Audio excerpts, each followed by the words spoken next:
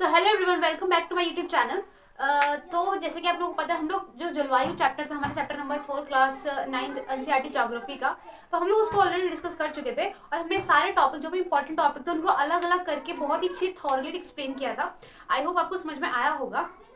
और हाँ, एक और बात, अगर नहीं समझ में आया और या फिर कोई आपको ऐसी चीज़ लग रही है इसमें जो मतलब में ऐसी चीज़ है जो मैंने नहीं बताई या फिर जो मैंने बताई थी लेकिन फिर भी थोड़ी सी गलत हो गई, तो आप क्या कर सकते हो, मेरे कमेंट में मतलब यूट्यूब के जो कमेंट बॉक्स है मेरे चैनल का, उसमें आप पिन अप कर सकते हो। ऑफकोर्स मैं उस पर ध्यान दूंगी अच्छे से एंड नेक्स्ट टाइम वो गलती नहीं होगी। और अगर कोई चीज़ जो समझ नहीं आ रही है तो अगर आप उसको पिन अप करोगे तो मैं ऑफकोर्स उस पर एक वीडियो बनाऊंगी जिससे आपको वो चीज़ समझ में आ जाए। ठीक है, तो फिर स्टार्ट करते हैं। आज हम लोग का चैप्टर मतलब हम लोगों का सेकंड लास्ट चैप्टर है। तो आप खुश हो ना, सेकंड लास्ट चैप्टर है हमारा क्लास 9th की एनसीईआरटी ज्योग्राफी, क्लास 9th की ज्योग्राफी वो भी फिनिश होने वाली है। ये कितनी अच्छी बात है ना। हम लोग ऐसे ना पढ़ते जाते हैं, पढ़ते जाते हैं, आगे बढ़ते जाते हैं, आगे बढ़ते जाते हैं। जैसे लाइफ में हम लोग आगे बढ़ते जाते हैं, कुछ पीछे के चैप्टर्स होते हैं वो फिनिश होते जाते हैं। ठीक है, हम कुछ चैप्टर्स को भूल जाते हैं, कुछ चैप्टर्स हमें ध्यान रहते हैं। तो बेसिकली लाइफ और बेसिकली अगर देखा जाए तो किताब एक ही तरह है कि हम आगे बढ़ते जा रहे हैं और ऐसा ना हो कि आप पीछे का भूलते जाओ। ठीक है, उनको भी आपको रिवाइज और अपडेट करना बहुत इंपॉर्टेंट है। तो हम लोग स्टार्ट करते हैं। आज बेसिकली है तो संडे, बट कोई नहीं, संडे को भी हम स्टडी डे बना देते हैं। संडे को मंडे तो नहीं कह सकते, कह भी सकते हैं आपके अगर लैंग्वेज में कहा जाए तो। बेसिकली आज डेट क्या है, आज 9th है, 9th of April 2023। Chapter number है हमारा 5 जो कि है vegetation, natural vegetation and wild life. ये वाला चैप्टर हम पहले भी कर चुके हैं। ठीक है, लेकिन हमने उसमें थोड़ा सा पढ़ा था, हम थोड़ा सा और पढ़ेंगे हम।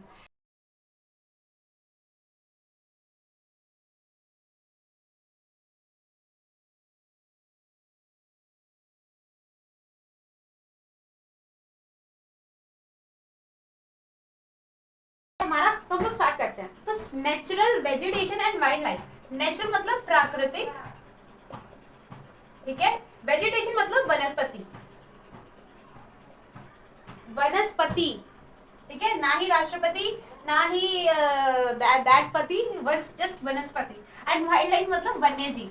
ठीक है, तो आई होप आपको चैप्टर के बारे में थोड़ा बहुत समझ में आया होगा कि चैप्टर के नेम से कि हम इसमें क्या डिस्कस करने जा रहे हैं। ऑफकोर्स हम चैप्टर नंबर 5 में ये सब उनको ध्यान से देखेंगे। ठीक है, तो स्टार्ट करते हैं। लेकिन उससे पहले हमें अपने वर्ल्ड के बारे में और अपने इंडिया के बारे में कुछ इन्फॉर्मेशन होनी चाहिए। तो उस इन्फॉर्मेशन को चलो फॉलो अप करते हैं और आई होप आपको बहुत मजा आएगा इस चैप्टर में, क्योंकि इसमें आप ना इसमें ना आप अपने जैसे इंसानों से मिलोगे, पता है ना, इंटरेस्टिंग है ना। तो चलो आपको आपके जैसे इंसानों से मिलवाती हूँ। सबसे पहले कुछ इंपॉर्टेंट पॉइंट सुनो। वो इंपॉर्टेंट पॉइंट ये है कि आपको पता है कि हमारा जो इंडिया है, मतलब इंडिया की जो पूरी लैंड है कितनी है, 32,28,263।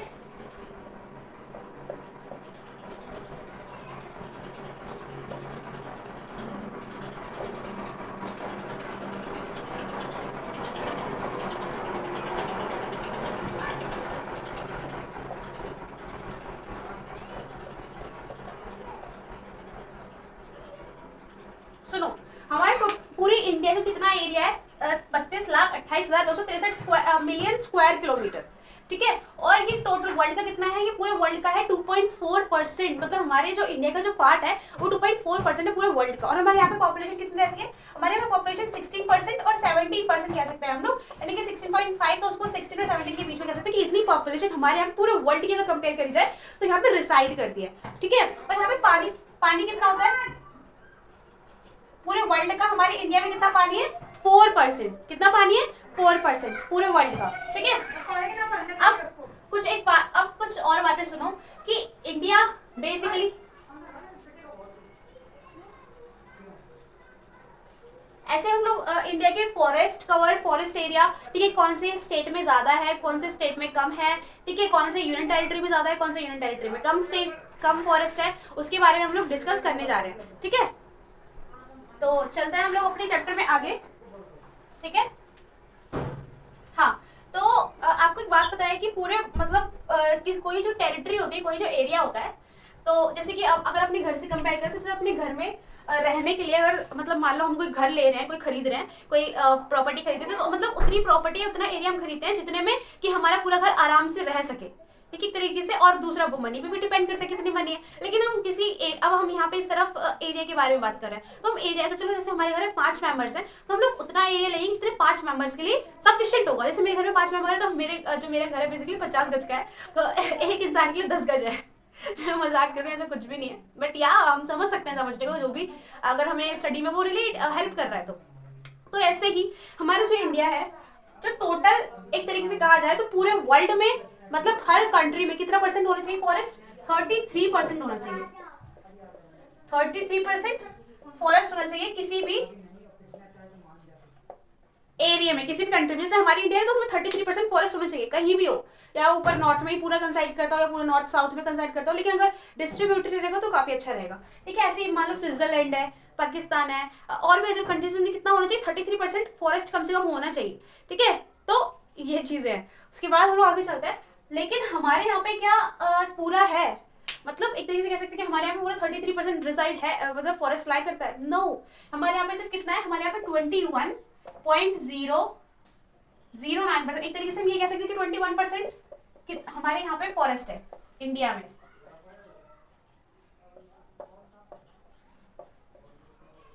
ठीक, कितना है? 21.09% फॉरेस्ट है। ठीक है, तो सोचो कितना कम है। तो अब हम लोग देखेंगे कुछ स्टेट्स जहां पर जो फॉरेस्ट है वो ज्यादा है, फॉरेस्ट कवर एरिया है, और कुछ स्टेट जिनमें फॉरेस्ट कवर एरिया क्या है? कम है। तो पहले हम स्टेट के बारे में देखते हैं जिसमें ज्यादा है। तो हम यहाँ पे लिखते हैं पहले maximum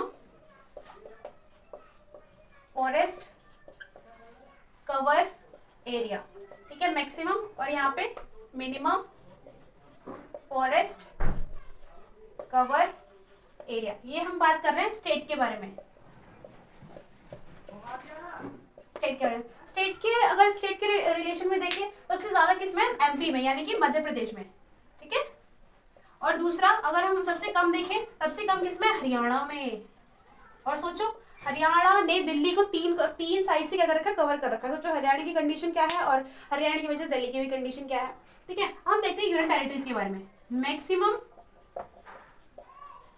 forest cover area of UT मतलब यूनियन टेरिटरी। ठीक है, वो किसका सबसे ज्यादा? वो है अंडमान एंड निकोबार एंड लक्षद्वीप, यानी कि जो हमारे आइलैंड्स हैं इसमें हमसे बाजी मार के लेके चले गए। सबसे ज्यादा फॉरेस्ट कवर किसका है? इनका है। ठीक है, उसके बाद हम देखें मिनिमम, तो मिनिमम फॉरेस्ट कवर अगर देखा जाए किसका? यूनियन टेरिटरी का। वो किसका है? सबसे पहले है पुडुचेरी, पुडु की जस्ट बाद है, पुडुचेरी की जस्ट बाद। सोचो बताओ कौन सी है? कैपिटल है भैया दिल्ली की, इंडिया की कैपिटल दिल्ली। दिल्ली में उसके बाद सबसे कम फॉरेस्ट है, फॉरेस्ट कवर एरिया है। ठीक है, तो ये है, ये था कुछ। अब हम आगे चलते हैं इस चैप्टर में और बाकी देखते हैं।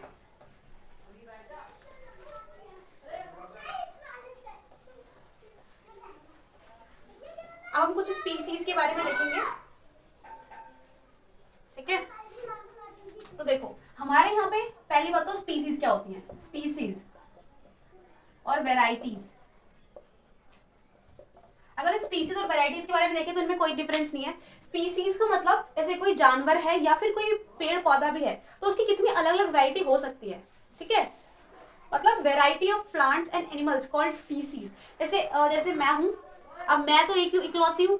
ठीक है, तो मैं क्या हूँ, अगर जैसे मेरे जैसे कोई और 2-4 लड़कियां भी हैं, बस थोड़ा सा माइन्यूट डिफरेंस है। एक तरीके से कह सकते हैं कि जो मेरी बेसिकली जो मेरे जो आने वाले जनरेशन हैं, जो मेरी चिल्ड्रंस वगैरह होंगे बेसिकली, तो मेरी वो स्पीसीज होगी, लेकिन उसमें थोड़ा बहुत वेरिएशन होगा, वेराइटी होगी।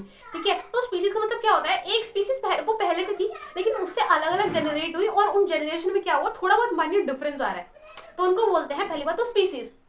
ऐसे ही प्लांट्स में होता है, प्लांट्स बेसिकली सिंगल है, लेकिन टाइम के साथ क्या हुआ, उसमें ना एक तरीके से कहते हैं रीजनरेशन हुआ, इवॉल्वमेंट हुआ। ठीक है, डेवलपमेंट हुआ। तो क्या हुआ, मतलब जैसे मान लो, जैसे कि कहता है पहले जो कोई रेगिस्तान में जो बेसिकली पहले रेगिस्तान नहीं था, कौन सा रीजन नहीं था, जो सहारा डेजर्ट है, सहारा रेगिस्तान में, सहारा जो रेगिस्तान अब बन चुका है, पहले मिलियंस ऑफ ईयर्स पहले वो नहीं था। वहाँ पे एक अच्छी खासी भूमि थी और वहाँ पे बहुत सारे प्लांट्स, पेड़ पौधे, बहुत ही अच्छी सीनरी वहाँ पे देखने को मिलती थी। लेकिन फिर क्या हुआ, धीरे धीरे क्लाइमेट चेंज हुआ और वहाँ पे क्या हुआ, रेगिस्तान बन गया। अब क्या हुआ, वहाँ पे जो पेड़ पौधे थे, बेसिकली जो पेड़ पौधे सर्वाइव नहीं कर पाए वो तो मर गए, लेकिन जिन्होंने सर्वाइव किया उन्होंने अडेप्ट किया। कैसे अडेप्ट किया, उन्होंने अपनी पत्तियों को बिल्कुल छोटा बना लिया, ताकि पानी कम इवेपोरेट हो। उन्होंने अपनी जड़ों को बहुत अंदर तक घुसा लिया जमीन तक, ताकि पानी को जड़ से सोख पाए ऊपर। तो ऐसे कुछ वेरिएशंस हुए उनमें, तब उनको क्या बोलेंगे, स्पीसीज, कि हाँ यहाँ पे बहुत सारी स्पीसीज यानी कि वेरिएशंस हमारे यहाँ पे प्रेजेंट है। ठीक है, तो स्पीसीज ऐसे ही हमारे यहाँ पे कितनी स्पीसीज प्रेजेंट है प्लांट्स की, 47,000। कितनी प्रेजेंट है, 47,000। और इनको बेसिकली प्रोटेक्ट कैसे किया जाता है, इनको बोटैनिकल गार्डन में रखा जाता है, बोटैनिकल गार्डन। अब बोटैनिकल गार्डन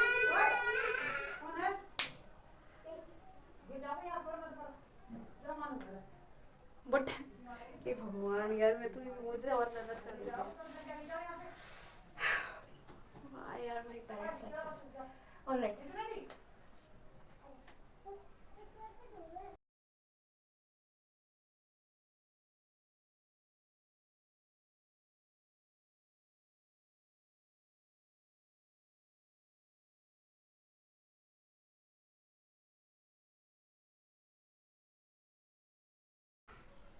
तो बोटैनिकल गार्डन बेसिकली वो होते हैं जैसे कि नेशनल पार्क होते हैं। नेशनल पार्क जैसे आप जू वगैरह देखने जाते हो, तो जू में बेसिकली होता क्या है, मतलब उन जानवरों के लिए ऐसा हैबिटेट बनाया जाता है जहाँ पे वो जानवर रह सके और उनको वैसा ही घर लगे जैसे उनको पहले जंगलों में लगा करता था। और बेसिकली वहाँ पे उनको फूड वगैरह की कोई दिक्कत नहीं आती जू वगैरह में। ऐसे बोटैनिकल गार्डन होता है। बोटैनिकल गार्डन में क्या होता है, प्लांट्स की डिफरेंट डिफरेंट स्पीसीज रखी जाती है और ऐसे इन्वायरमेंट में रखी जाती है जिस इन्वायरमेंट में उनको मतलब उन प्लांट्स को कोई क्षति ना पहुंचे, कोई नुकसान ना पहुंचे। ठीक है, तो बोटैनिकल गार्डन इस तरीके के होता है।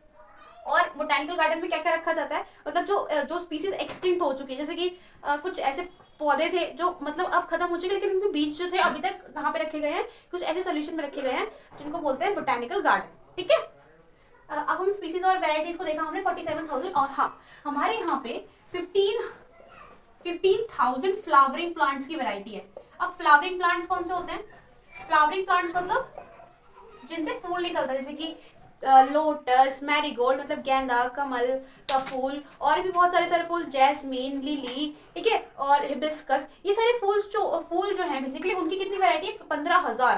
ठीक है, टोटल वर्ल्ड की कितनी है, 6% है, 6% ऑफ टोटल वर्ल्ड। मतलब हमारे यहाँ पे 6% वैरायटी है फ्लावरिंग प्लांट्स की। ठीक है, तो ये था। अब हम लोग थोड़ा आगे चलते हैं। अब हम और देखेंगे अपने उसके बारे में। तो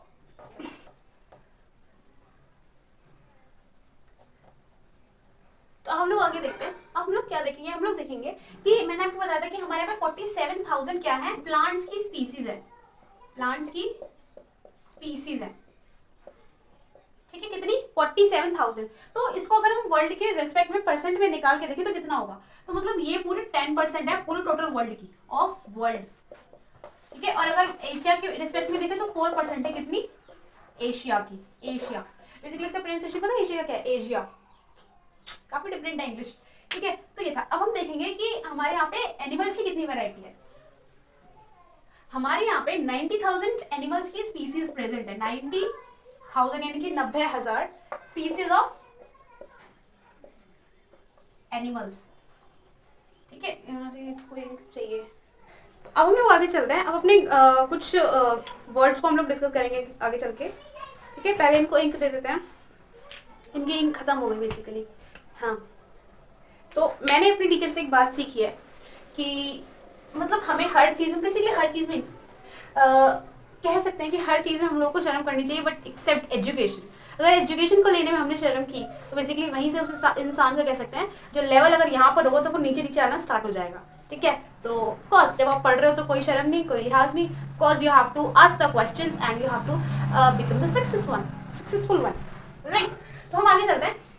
हाँ, अब इसमें एक चीज दे रखी है, वर्जिन वेजिटेशन, वेजिटेशन।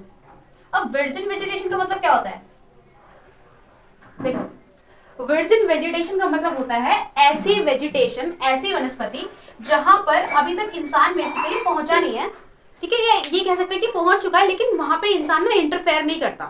बेसिकली कह सकते हैं कि बिल्कुल नई नई जो वनस्पति होती है, मतलब जिसको वो अनटच्ड है, मतलब हमने उसको टच भी नहीं करा, वो अपने आप ही नेचुरली ग्रो कर रही है, उसको बोलते हैं वर्जिन वेजिटेशन। ठीक है, अब हम लोग आगे चलते हैं। अब इसमें कुछ और वर्ड्स दे रखे हैं जैसे कि एंडेमिक, एक्सोटिक।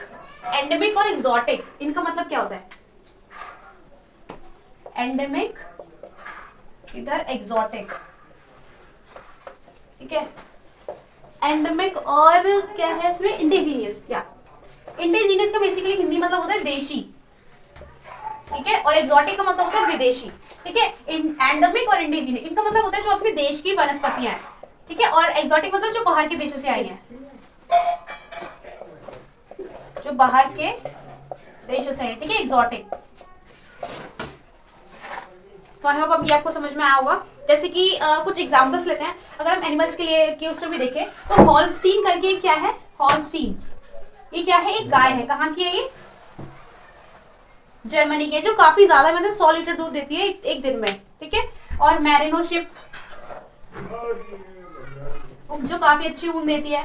ये मैरिनो शिप बेसिकली ये भी कहीं किया, अभी माइंड में नहीं आ रहा, तो बेसिकली ये भी है जो काफी अच्छी ऊन वगैरह देती है। तो ये तो एक्सोटिक में आएगा ना। और हमारे यहाँ की जो गाय है बेसिकली जो ज्यादा पॉपुलर है, जो ज्यादा दूध देती है, वो कौन सी है, साहिवाल, ठीक है। ये सारी जो बफेलोज है, ये बफेलो मतलब भैंस है।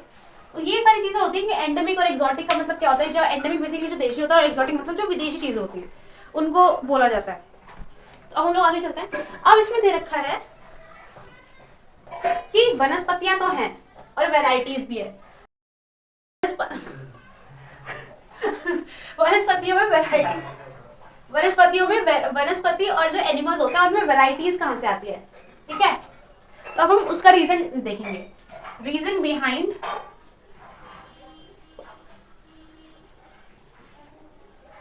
Behind vegetation and wild life, इसका क्या मतलब है, ठीक है। देखो तो मतलब रीजन क्या है इसका कि इसकी वजह से वेजिटेशन और वाइल्ड लाइफ में चेंजमेंट आती है। तो इसके काफी इंपॉर्टेंट और काफी मेजर रीजंस होते हैं। बेसिकली सबसे पहला रीजन जो आपकी बुक में दे रखा है वो दे रखा है रिलीफ। रिलीफ, ये वो वाला रिलीफ नहीं, बिल्कुल पेन किलर खा लो, जब भी कहीं पेन हो रहा है, हेडेक हो रहा है तो पेन किलर खा लो फिर रिलीफ मिल जाएगा, वो वाला रिलीफ नहीं है। ये रिलीफ कौन सा वाला है, पेड़, पर्वत, मैदान, ठीक है, तटीय मैदान, और क्या क्या होता है, पठार, ठीक है। और क्या हो सकता है, और भी हो सकता है, द्वीप हो सकते हैं, ठीक है। तो इनसे क्या होता है बेसिकली वनस्पतियां जो है वो चेंज होती हैं, ठीक है। रिलीफ से कैसे चेंज होती है, जैसे अगर पर्वत पे जाओगे, पहाड़ पे जाओगे तो आपको कैसी सॉइल भी चेंज मिलेगी, मिट्टी अलग मिलेगी, तो वहाँ पे आपको वनस्पतियां भी अलग मिलेगी, वनस्पतियां अलग मिलेगी तो आपको वहाँ पे ऑफकोर्स जानवर भी अलग मिलेंगे, क्योंकि जानवर किस पे डिपेंडेंट होते हैं, नेचर पे डिपेंड होते हैं। नेचर क्या होता है, पेड़ पौधों से नेचर बनता है।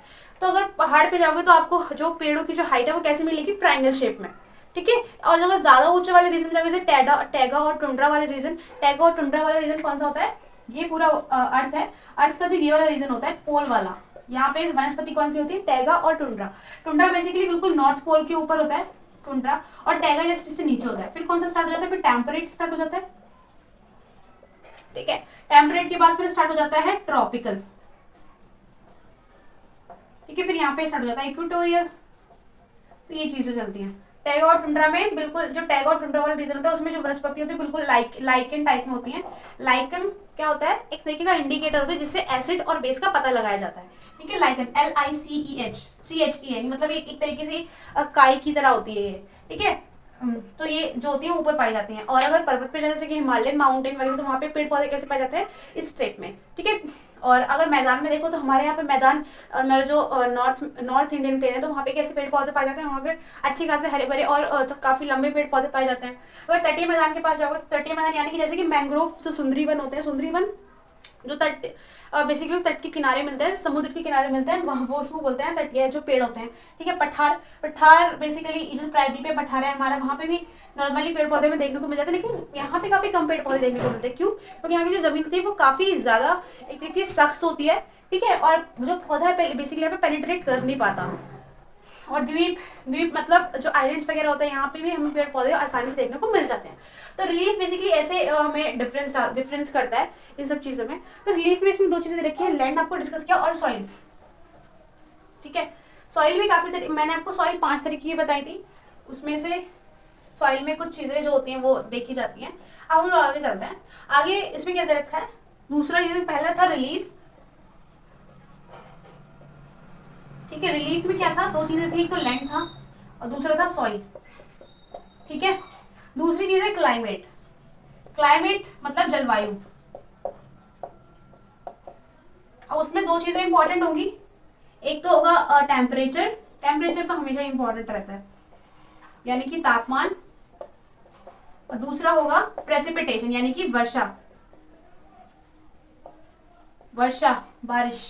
ठीक है, तो फिर ये आपको नॉर्मली पता है जहाँ का टेम्परेचर ज्यादा होगा, टेम्परेचर ज्यादा होगा उसका मतलब वहाँ पे रेन भी ज्यादा होती होगी, मतलब बारिश भी ज्यादा होगी। तो जहाँ पे टेम्परेचर ज्यादा रहता है तो बेसिकली वहाँ की जो टेम्परेचर कहाँ पे ज्यादा रहता है, ट्रॉपिकल रीजन में। ट्रॉपिकल रीजन कहाँ है, 23 डिग्री नॉर्थ से 23 डिग्री साउथ तक, मतलब इस वाले बीच वाले रीजन में। उसको हम ITCZ जोन भी बोलते हैं, ITCZ, उसको हम डोल्ड्रम भी बोलते हैं, उसको हम ट्रॉपिकल रीजन भी बोलते हैं, उसके काफी सारे नेम है। ठीक है, इक्वेटोरियल रीजन भी बोलते हैं। तो इक्वेटोरियल रीजन में बेसिकली वो रीजन होता है जहाँ पे सन जो होता है वो उसके जो उसकी उसका डोमिनेंस होता है, तो वहाँ पे टेम्परेचर ऑफकोर्स ज्यादा रहेगा। टेम्परेचर ज्यादा रहेगा तो वहाँ पे जो वाटर है उसका इवेपोरेशन ज्यादा होगा, इवेपोरेशन ज्यादा होगा तो ऑफकोर्स बादल ज्यादा बनेंगे, बादल ज्यादा बनेंगे तो बारिश ज्यादा होगी। ठीक है, तो ये साइकिल चलती है वहाँ पे क्लाइमेट पे। अगर जहाँ पे टेम्परेचर और प्रेसिपिटेशन ज्यादा हो रहे हैं तो वहाँ के जो पेड़ पौधे होते हैं लंबे होते हैं, काफी जो उनकी लकड़ी होती है काफी ज्यादा कठोर होती है, उनके पत्ते काफी चौड़े चौड़े होते हैं। ठीक है, और बेसिकली वो एवरग्रीन होते हैं। ठीक है, क्योंकि वहाँ पे जो सन होता है बेसिकली नॉर्मली हर मंथ में सन जो होता है वो वहाँ पे रहता है। ठीक है, उसके आसपास तो जो उनको हीट प्रॉपर मिलती रहती है, और जो पौधे होते हैं वो एवरग्रीन मतलब सदाबहार होते हैं बेसिकली। तो आगे चलते हैं हम लोग। अब हम लोग पेड़ पौधों के बारे में डिस्कस करेंगे, पर उससे पहले कुछ क्वेश्चन दे रखे हैं कि जो हिमालय का नॉर्थ रीजन है और जो हिमालय का साउथ रीजन है, हिमालय के नॉर्थ रीजन में या फिर हिमालय के साउथ रीजन में कौन सी रीजन में ज्यादा वनस्पति देखी जाएगी, तो हिमालय के साउथ वाले रीजन में। हिमालय ये है, हिमालय का नॉर्थ इसके पीछे होगा, हिमालय का साउथ ये होगा, तो हमें ज्यादा वनस्पति कहाँ देखने को मिलेगी, ऑफकोर्स साउथ वाले रीजन में, क्योंकि सन जो बेसिकली वो इसके पास तक तो आ सकता है यहाँ पे, लेकिन इसके ऊपर कहाँ जा सकता है, नहीं आ सकता। ठीक है, तो यहाँ पे अगर ज्यादा धूप होगी तो ऑफकोर्स ज्यादा वनस्पति देखने को मिलेगी। ठीक है, तो आगे चलते हैं हम लोग। अब हम लोग देखेंगे और दूसरा क्वेश्चन और दे रखा है कि जो वेस्टर्न जो घाट है, मतलब जो वेस्टर्न घाट है, पश्चिमी जो घाट है, ये ऐसे यहाँ नीचे ये हमारा पेनिनसुलर इंडिया है, यहाँ पे जो पश्चिमी घाट है वो यहाँ पे ज्यादा एक तरीके से वैरायटी एनिमल्स की और प्लांट्स की क्यों देखी जाती है, क्यों, क्योंकि यहाँ पे वर्षा ज्यादा होती है। क्यों वर्षा ज्यादा होती है, क्योंकि जो ट्रॉपिकल मानसून है बेसिकली, जो हमारे इंडिया का मानसून है वो कैसे आता है, वो ऐसे ही आता है, इस तरफ से आता है। तो इस वाले रीजन को ज्यादा बारिश, ज्यादा पानी देके जाता है और ज्यादा पानी देके जाता है, और बेसिकली ये वाला रीजन किसके पास है, इक्वेटर के पास वाला रीजन है ना ये, तो इस वजह से इसको धूप भी प्रॉपर मिलती है, पानी भी प्रॉपर मिलता है, इस वजह से ये वाला जो रीजन है ज्यादा डेवलप्ड है। डेवलप्ड किसमें, प्लांट्स में और एनिमल्स में। ठीक है, तो अब हम लोग आगे चलते हैं, आगे देखते हैं क्या दे रखा है आपके। हमें plants types of vegetation discuss करना है, जो कि मोस्ट इंपॉर्टेंट है इस चैप्टर में। Types of vegetation,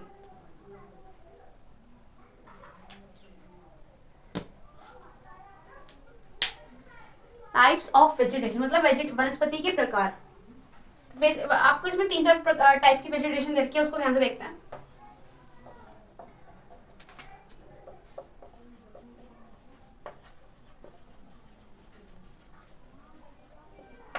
types of vegetation, पहले इसमें दे रखा है tropical evergreen forest, tropical evergreen forest यानी कि उष्ण कटिबंधीय सदाबहार वन, उष्ण कटिबंधीय सदाबहार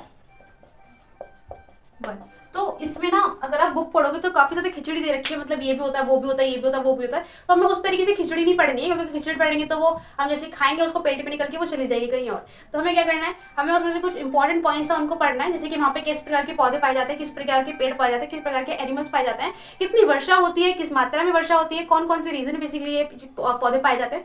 चलो स्टार्ट करते हैं हम लोग, ये हमारा मेन पॉइंट था यहाँ से, तो हम लोग स्टार्ट करते हैं। तो ट्रॉपिकल एवरग्रीन फॉरेस्ट, उष्णकटिबंधीय सदाबहार वन, यहाँ पे लिख देते हैं। सबसे पहले यहाँ पे जो रेनफॉल होती है, रेनफॉल मतलब वर्षा जो होती है वो कितनी होती है, 100 से 200 सेंटीमीटर।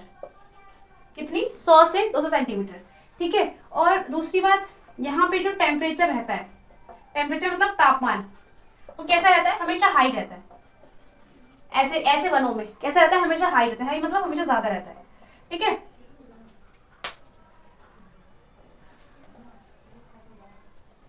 और देखते हैं टेम्परेचर हाई रहता है। ठीक है, और क्या, यहाँ के जो पेड़ पौधे होते हैं क्या कैसे होते हैं, लंबे होते हैं। ठीक है, ऊंचाई में बहुत ज्यादा होते हैं, क्योंकि इनके अंदर कंपटीशन होता है। कंपटीशन किस चीज का, अगर कोई पौधा छोटा रह जाएगा तो उसको सरवाइव करने में ज्यादा मतलब ज्यादा बेसिकली ज्यादा मेहनत करनी पड़ेगी। जैसे कि अगर कोई ज़्यादा ऊंचा पौधा है और उसके नीचे छोटा छोटा पौधा है, तो ऊंचे वाले जो पौधा है उसको धूप ज़्यादा मिलेगी। धूप ज़्यादा मिलेगी तो फोटोसिंथेसिस की जो प्रोसेस है, ठीक है, संश्लेषण, प्रकाश संश्लेषण की जो प्रोसेस, जो प्रक्रिया है, वो अच्छे से हो पाएगी। वो अच्छे से हो पाएगी, इसका मतलब उसको खाना अच्छे से मिल रहा है, और जब खाना अच्छे से मिलता है तो सबकी ग्रोथ अच्छे से होती है। ठीक है, यही बेसिकली रीजन है इसके पीछे। पेड़ पौधे लंबे होते हैं और उनकी जो लकड़ी होती है वो काफी कठोर टाइप में होती है। जो उसकी पत्तियां होती है चौड़ी पत्तियां होती है। इवेपोरेशन यानी कि वाष्पीकरण काफी ज्यादा होता है। ठीक है, ये सारी चीजें आपको बताई मैंने। अब आगे चलते हैं कुछ कि वहां पे किस तरीके के पौधे, कुछ 2-3 टाइप के जो पेड़ है वो कौन से पाए जाते हैं। अब वहां पे पेड़ कौन से पाए जाते हैं? महोगनी, आबनूस, ठीक है, और कौन से? रबड़ के पौधा, और सिंशोना। सिंशोना क्या है? जिससे मलेरिया की जो बीमार, जो मलेरिया जो होता है उसकी दवाई बेसिकली सिंशोना की छाल को छील के बनाई जाती है। ठीक है, आगे चलते हैं हम लोग। अब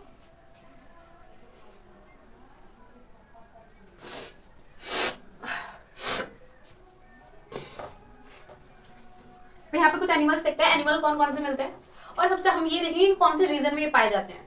ये बेसिकली इनका रीजन जो है हमारे इंडिया में वो कौन सा है, मतलब कौन सा क्षेत्र है, ये पाया जाता है हमारे वेस्टर्न पार्ट में ज्यादातर। ठीक है, वेस्टर्न पार्ट कौन सा है इंडिया का? राजस्थान वाला पार्ट, गुजरात वाला पार्ट, ठीक है, और मध्य प्रदेश, थोड़ा थोड़ा झारखंड। ठीक है, इन वाले रीजन में बेसिकली ये वाले जो पेड़ पौधे हैं वो ज्यादा पाए जाते हैं। और जानवर कौन से मिलते हैं यहाँ पे, जानवर भी देखते हैं। रीजन हमें अभी जस्ट लिखा है, इसको नहीं मिटाएंगे।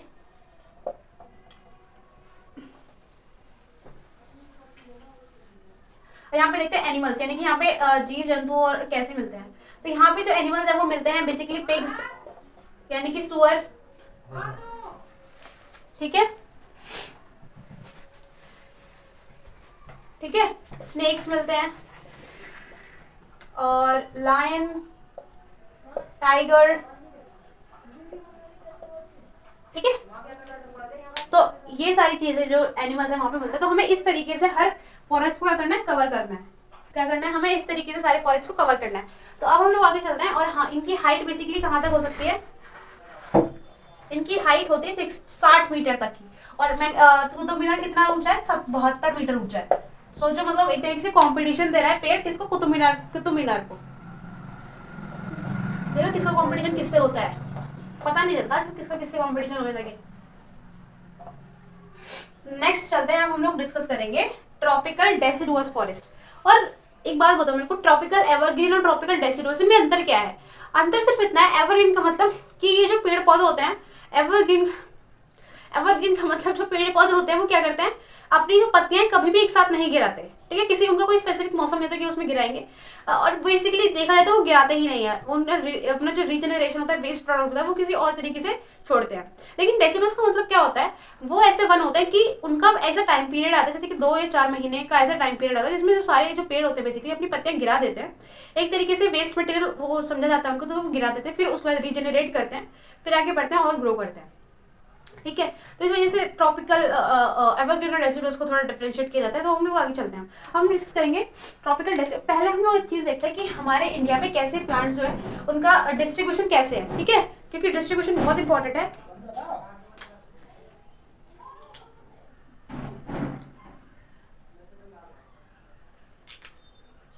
डिस्ट्रीब्यूशन देखते हैं हम लोग, चलो बनाते हैं। तो अपने इंडिया का मैप बनाना है, प्यारे प्यारे इंडिया का मैप बनाना है अपनी।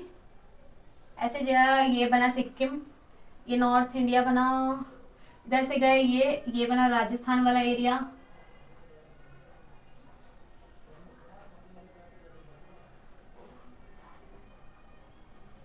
ये बना गुजरात वाला एरिया। ठीक है, ये बना अपना पूरा भारत, थोड़ा अच्छे से बनाया ना। ठीक है, अब इसमें हमें देखना है कि कौन कौन से प्लांट्स है वो कहाँ पे कैसे पाए जाते हैं। ठीक है, यहाँ पे हमारा क्या है, लक्षद्वीप है। ठीक है, यहाँ पे क्या है हमारा, अंडमान निकोबार। ठीक है, तो हम लोग आगे चलते हैं। अब उसमें सबसे पहले एक हमें दे रखा होगा माउंटेन फॉरेस्ट, यानी कि जो पर्वतीय वन होते हैं। पर्वतीय वन को हम ऐसे शो करेंगे। तो पर्वतीय वन कहाँ कहाँ पे दिखेंगे हमें? यहाँ पे दिखेंगे, यहाँ पे दिखेंगे, और इधर आ जाओ, फिर यहाँ पे दिखेंगे, यहाँ पे दिखेंगे। ठीक है, इस वाले रीजन में बेसिकली हमें कौन से वन दिखेंगे, पर्वतीय वन दिखेंगे, यानी कि माउंटेन फॉरेस्ट। अब हम लोग आगे देखते हैं, ये पहला था। दूसरा, अब हमें कौन से देखना है, थॉर्नी फॉरेस्ट। थॉर्नी यानी कि कांटेदार वन। कांटेदार वन को कैसे दिखाते हैं, कांटेदार वन को दिखाते हैं ऐसे करके, ये वाले। ठीक है, तो ये कहाँ पे होंगे, राजस्थान वाले एरिया में, थोड़े थोड़े ये इधर भी है, वेस्ट मध्य प्रदेश वाले रीजन में, और थोड़े से गुजरात वाले रीजन में भी है ये। ठीक है, तो ये यहाँ पे लाई करते हैं। अब हम लोग देखेंगे आगे जो कौन से हैं, वो है ट्रॉपिकल एवरग्रीन फॉरेस्ट, यानी कि उष्णकटिबंधीय सदाबहार वन। वो कैसे होंगे, ऐसे करके कुछ होंगे। ठीक है, वो कौन से रीजन में लाई करते हैं, बेसिकली ईस्ट। मैंने आपको बताया था कि ईस्ट वाले रीजन में लाई, वेस्ट वाले रीजन में लाई करते हैं। ये वेस्ट है, यहाँ पे लाई करेंगे। ठीक है, अब हमारा चौथा बचा, वो बचा ट्रॉपिकल डेसिडुअस फॉरेस्ट, यानी कि उष्णकटिबंधीय पर्णपाती वन। उष्णकटिबंधीय पर्णपाती वन वो कैसे होंगे, बेसिकली उनको थोड़ी अलग शेप देनी पड़ेगी। क्या दें उनको, चलो एक गोला बना के ऐसे से कर देते हैं उनके में। ठीक है, क्योंकि ऐसे क्यों करा मैंने, क्योंकि हमारे यहाँ पे सबसे ज्यादा यही पाए जाते हैं। कौन से, उष्णकटिबंधीय पर्णपाती वन। अब ये वाले जो वन है वो बेसिकली हमारे पूरे भारत में अगर देखा जाए तो इनका ही डोमिनेंस है।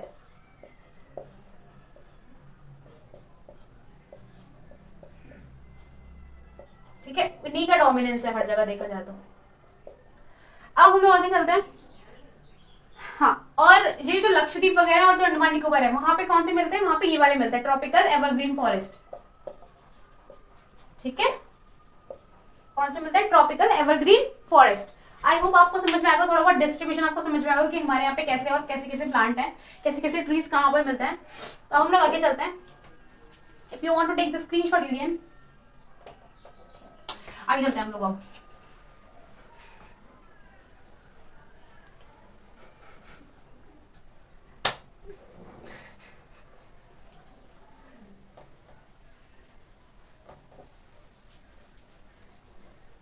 I just forget that you both are here.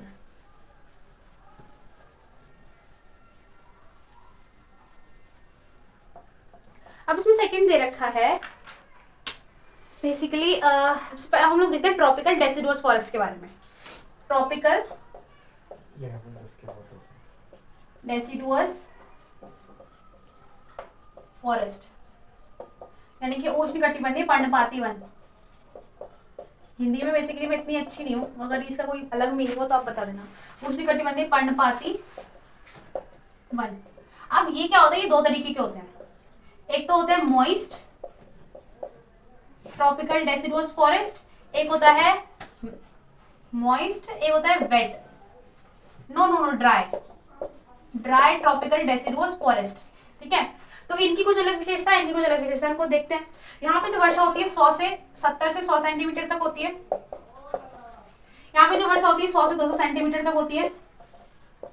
ठीक है, इनके जो पेड़ है वो है टीक, और भी टीक है, देवदार है। ठीक है, ये और इनके कौन से है, टीक है, साल है, नीम है, टीक, साल, नीम और बबूल। अब हम लोग आगे चलते हैं, इनकी कुछ और चीजें देखेंगे कि यहाँ पे जो एनिमल्स है वो कौन से मिलते हैं। ठीक है, बेसिकली ये वाले जो अगर देखें, ये ड्राई जो ट्रॉपिकल डेसिडुअस फॉरेस्ट है ये हमारे यहाँ पे मिलता है। हमारे यहाँ पे मतलब यूपी में, यूपी साइड, यूपी और बिहार वाले रीजन में कौन से ड्राई ट्रॉपिकल डेसिडुअस फॉरेस्ट, नीम, बबूल, सारे हमारे यहाँ पे ज्यादा मिलते हैं ना। और ये मॉइस्ट जो होते हैं बेसिकली ये कहाँ पे मिलते हैं, ये मिलते हैं वेस्ट बंगाल और अदर रीजन जो होते हैं। ठीक है, वहां पे देखे जाते हैं। अब हम लोग कुछ और चीज देखते हैं कि यहाँ पे एनिमल्स कौन से देखने को मिलते हैं। ठीक है, एनिमल्स यहाँ पे देखने को मिलते हैं, जैसे हमारे यहाँ पे कौन कौन से देखने को मिलते हैं, लीजर्ड देखने को मिलती है, यानी कि छिपकली, सांप और अगर पक्षियों पे आए तो हमारे यहाँ पे मतलब बुलबुल और तोते और बहुत सारे जानवर और पक्षियां हमें देखने को मिलती हैं, गाय वगैरह, भैंस वगैरह। ठीक है, तो ये सारे हमें देखने को मिलते हैं। और अगर मॉइस्ट में जाए तो मॉइस्ट में भी ऐसे जानवर जो सिमिलर देखने को मिलते हैं। ठीक है, तो हम लोगों ने डिस्कस कर लिया। सेकंड टाइप का हम डिस्कस करेंगे थॉर्नी, यानी कि कांटे वाला जो होता है थर्ड हम लोग देखेंगे थॉर्नी, ठीक है, थॉर्नी फॉरेस्ट। उसके बाद देखेंगे माउंटेन, ठीक है। उसके बाद देखेंगे हम लोग कोस्टल,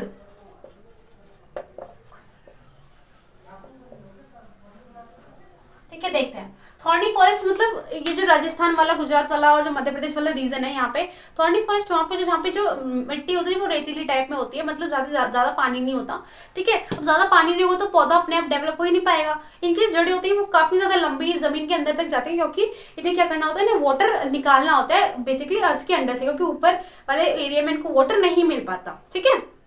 दूसरा यहाँ पे कौन कौन से मिलते हैं, खजूर का पेड़ मिलेगा आपको, ठीक है, अकाशिया मिलेगा, कैक्टस मिलेगा, कहाँ पे, थॉर्नी फॉरेस्ट में, ठीक है। इनकी जो पत्तियां होती है कैसी होती है, नुकीली होती है बेसिकली। क्यों नुकीली होती है, क्योंकि इससे जो वाटर का इवेपोरेशन होता है वो कम हो पाता है, ठीक है। तो ये चीज है। अब माउंटेन फॉरेस्ट पे, माउंटेन फॉरेस्ट में आपको पता है चूंकि पर्वतीय जो पहाड़ पर्वतीय जो वन होते हैं, इनकी हाइट जो होती है बेसिकली कम होती है, और ये शंकु के आकार में होते हैं, जैसे कि, और इनके एग्जाम्पल क्या है, ओक है, चेस्टनट है, ठीक है, ये वाले। और ये जो माउंटेन जो फॉरेस्ट है वो किस काम में आते हैं, ट्रीज जो है बेसिकली मैं आपको बता, बैट बनाने में काम आते हैं, क्योंकि इनकी जो लकड़ी होती है बेसिकली हल्की होती है और काफी ज्यादा मजबूत होती है, ठीक है। अब आता है कोस्टल फॉरेस्ट। कोस्टल फॉरेस्ट कौन से होते हैं, जो कि तट पे जो होते हैं, बेसिकली सुंदरी वन जो हमारे यहाँ पे है, हमारे यहाँ पे कौन से सुंदरी वन जो मैंग्रोव जो वन है वो वहीं पे है, उनको मैंग्रोव फॉरेस्ट इसलिए नाम देंगे क्योंकि वहाँ पे मैंग्रोव वन जो है ट्रीज है वो काफी ज्यादा क्वांटिटी में देखने को मिलता है, ठीक है। तो ये चीजें थी। तो अब क्या है, अब हम लोग आगे देखते हैं कोस्टल फॉरेस्ट में कि यहाँ के जो पेड़ हैं जो कहाँ के, कोस्ट के यानी कि तट के, कहाँ कहाँ पे बेसिकली इनका जो मिट्टी होती है एक तरीके से कैसे होती है, स्वैम्पी यानी कि दलदली टाइप में होती है, ठीक है। तो ये चीज़ है। तो हम लोग आगे चलते हैं, हम वाइल्ड लाइफ देखेंगे, ठीक है। उसके बाद हमारा चैप्टर काफी लंबा नहीं है और काफी शॉर्ट है और काफी इजी चैप्टर है।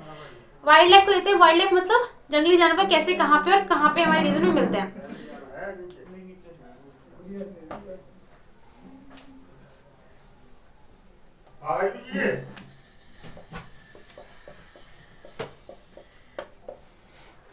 अब वाइल्ड लाइफ देखते हैं हम लोग, मतलब वन्य जीव।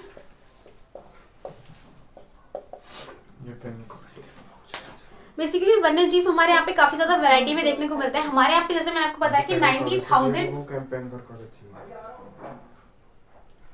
यहाँ पे 90,000 एनिमल्स जो है हमारे यहाँ पे वैरायटी जो है वो देखने को मिलती है। और हमारे यहाँ पे काफी सारे national parks, wild life sanctuaries, ठीक है, और बोटेनिकल गार्डन, ये सारी चीजें बना रखी है किसको, जानवर को प्रोटेक्ट करने के लिए, ठीक है। तो यही सारी चीजें थी। एशियाटिक हमारे यहाँ पे एशियाटिक लायन का घर है एक तरीके से, जो सिर्फ गिरवन में है, कहाँ पे, गुजरात में। यहाँ पे कुछ ये मैप दे रखा है आपको, यहाँ पे कुछ national parks, wild life sanctuaries, ये सारी चीजें यहाँ पे दिखा रखी है। आई होप आप इसको अच्छे से माइंड करोगे और दिमाग में याद कर लोगे, वरना नेक्स्ट वीडियो हम लोग इसको डिस्कस करेंगे इस वाले मैप को, क्योंकि मैप बहुत ज्यादा इंपॉर्टेंट होता है, ठीक है। तो ये था हमारे यहाँ पे काफी ज्यादा, अब तो 105 नेशनल पार्क हो चुके हैं और काफी ज्यादा 500 के across wild life sanctuaries develop हो चुकी हैं। और काफी ज्यादा जो गवर्नमेंट है वो भी स्टेप्स उठाती है, स्कीम्स लेके आती है किसको प्रोटेक्ट करने के लिए। और अभी जैसे कि आपको पता है साउथ अफ्रीका और नामीबिया से हमारे यहाँ पे क्या आए हैं, चीते लेके आए गए हैं। बेसिकली चीते जो हम किसी कैट की फैमिली से बिलोंग करते हैं। तो ये सारी चीजें बेसिकली सीजन में चलती रहती है, क्योंकि हमारे यहाँ पे 1915 में चीते जो थे वो खत्म हो चुके थे, लेकिन अब हमारे यहाँ पे फिर से इंट्रोड्यूस किए गए, ठीक है। तो ये सारी चीजें थी। आई होप भाई आपको चैप्टर समझ में आया होगा। तो हम लोग फिर मिलते हैं नेक्स्ट वीडियो में नेक्स्ट चैप्टर के साथ। ये चैप्टर बहुत ही छोटा था, बहुत ही आसान था समझने में। तो हम मिलेंगे नेक्स्ट वीडियो में, तब तक के लिए बाय बाय।